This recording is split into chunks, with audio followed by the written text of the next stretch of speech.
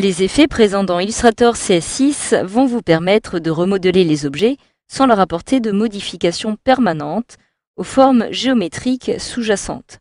Donc en fait, les effets que vous allez utiliser vont être dynamiques, c'est-à-dire que vous pouvez à tout moment les modifier ou les supprimer.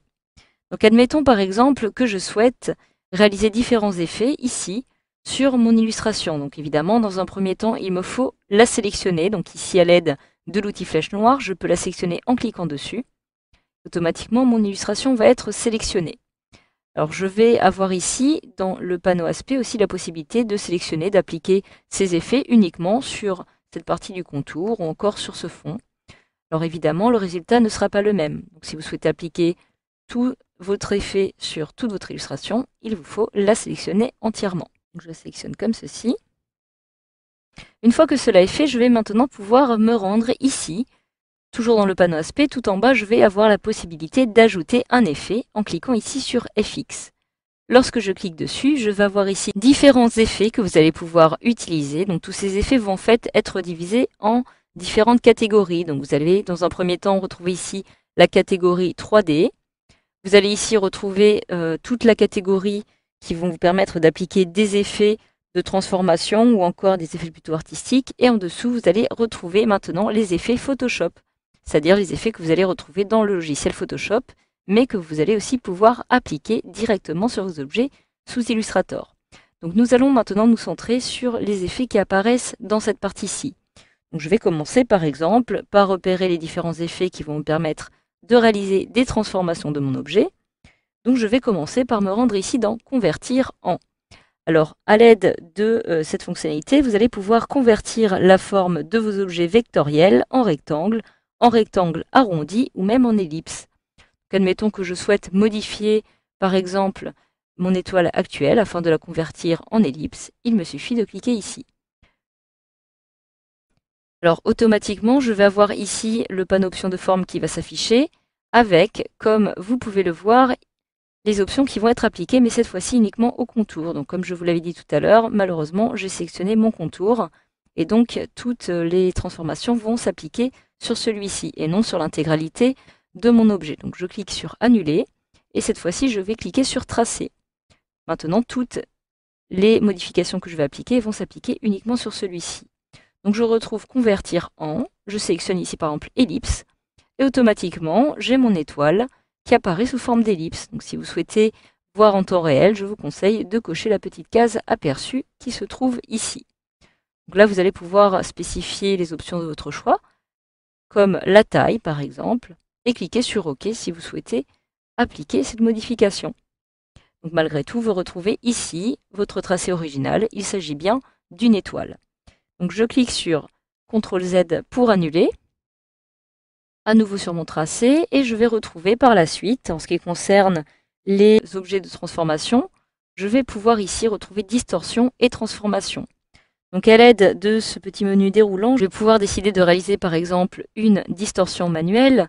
Donc cela va me permettre tout simplement, à l'aide de cette petite fenêtre, de modifier ici mon image. Alors, en cliquant sur les coins, je vais pouvoir lui donner l'aspect de mon choix. Donc tout simplement en cliquant et en faisant glisser ici sur les petites poignées. Donc je clique sur Annuler. Vous avez aussi, si vous le souhaitez, la possibilité maintenant de réaliser une déformation, en vous rendant ici, de retrouver la déformation par exemple, modification de l'enveloppe.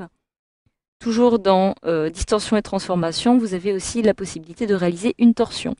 Donc en cochant par exemple la petite case d'aperçu et en augmentant ici l'angle, je vais pouvoir réaliser une torsion afin d'appliquer un effet original à ma petite étoile. Je clique à nouveau sur Annuler. Je vais retrouver dans ces effets, de la même façon, toujours dans Distorsion et Transformation, la partie qui va me permettre de réaliser une transformation. Donc pour cela, je vous réfère à la formation qui va concerner les modifications de vos objets. Je clique sur Annuler. Vous avez aussi la possibilité maintenant d'accéder à des effets un petit peu plus artistiques, à commencer par exemple par l'effet esquisse. Donc, grâce à cet effet, je vais pouvoir donner un effet très original à ma petite étoile. Donc, je vais cocher la case aperçue et regardez, automatiquement, je vais avoir cet effet qui va être appliqué, qui va me permettre de réaliser différentes petites cassures sur les contours de mon étoile. Donc je vais ici pouvoir décider d'augmenter ou de réduire par exemple la taille au niveau de l'étendue de ces petites cassures et d'augmenter ou de réduire le détail. Donc voilà, en fonction de l'effet que vous souhaitez donner. Vous pouvez ici choisir un effet avec des points crénelés ou arrondis en le sélectionnant directement ici. Donc après l'esquisse, vous avez aussi l'effet dit peaufinage qui va, lui, cette fois-ci, avoir un effet qui va ressembler à cela, si je coche la petite case aperçue, et qui va en fait arrondir et déformer de façon aléatoire les différents segments de tracé vers l'intérieur et vers l'extérieur, donc comme vous pouvez le voir ici. Vous pouvez de la même façon modifier les différentes options qui sont présentes ici à l'aide des petites glissières.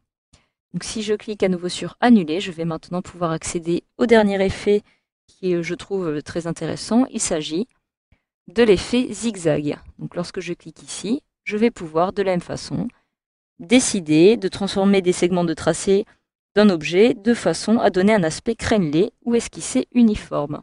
Donc toujours en sélectionnant ici l'aspect que je souhaite donner à mes points, en modifiant la taille ou l'inflexion par segment. Donc vous pouvez voir, je peux donner l'aspect de mon choix à mon étoile. Donc voilà. Je vais choisir par exemple d'appliquer cet effet, je clique sur OK pour valider. Et une fois que cela est fait, une fois que vous avez appliqué un effet, celui-ci apparaît directement ici, dans votre panneau aspect. Vous pouvez à tout moment décider de le masquer, en cliquant sur le petit œil, et le modifier à tout moment en réalisant un double clic pour accéder à nouveau aux options. Donc voilà, je clique sur annuler, et grâce à cette formation, vous savez maintenant désormais comment appliquer un effet sur vos objets dans Illustrator CS6.